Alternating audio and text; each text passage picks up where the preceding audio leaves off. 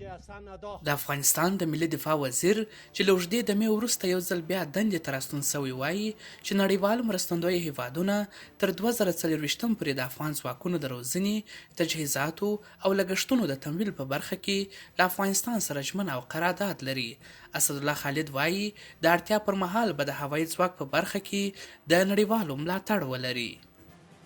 حتی د ضرورت په وخت کې که چېرته موږ وغواړو او ضرورت ولرو، شاید د هغوی هوایي قوتونه له موږ سره په هغه ځای کې چې ضرورت وي کومک وکړي.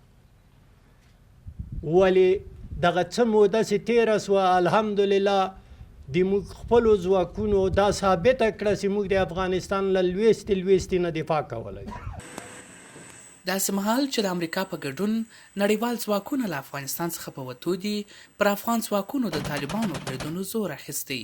امریکایي چارواکو ویلي پر داسې لارو چارو کار کوي چې له افغانستان څخه له وتلو وروسته هم د دغه هیواد وضعیت له نږدې وڅاري.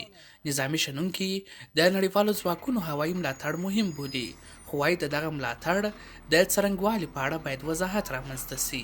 هغه تعهدونه چې ایالات متحده امریکا سره د طالبانو کم کمیسیونونه سوي دي او کم لاسلیکونه یې چې کړي دي، که له هغه نه سرکشي کېږي او له هغه نه تعهدونه ماتونکي عمل ترې کېږي، مجبور مکلف دي دوی د دې جغرافیې نه هم دفاع وکړي او د افغانستان د وسلوال د پوځ د عسکرو نه هم دوی دفاع وکړي.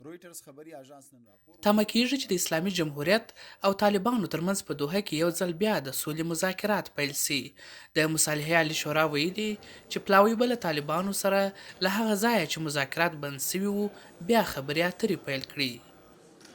ټاکل شوې ده نن د افغانستان اسلامي جمهوریت مذاکره کوونکی پلاوی ځینې غړي د افغانستان د سولې مذاکراتو ځای قطر ته ورشي او د پلاوی نور غړي ژر به دوی سره یو ځای شي. د افغانستان اسلامي جمهوریت مذاکراتي پلاوی په پوره هوډ او تعهد او بشپړ آمادګۍ سره د سولې د مذاکراتو د پرمخ بیولو په هدف د مذاکراتو ځای ته راستنه کیږي. په افغانستان کې د جګړې ډېرېدا او د سولې په ټپه ولاړو خبرو د راتلونکي په اړه اندېښنې راپورته کړي. تمه کېده چې د ترکیې ناسته به د سولې په ټکني بهیر کې پرمختګ راولي، خو د طالبانو د نه ګډون پریکړې د ملګرو ملتونو په مشرۍ دغه لویه ناسته هم له نامعلوم برخلیک سره مخ کړي. حکمت سروش، د امریکا غږ آشنا ټلویزیون، کابل.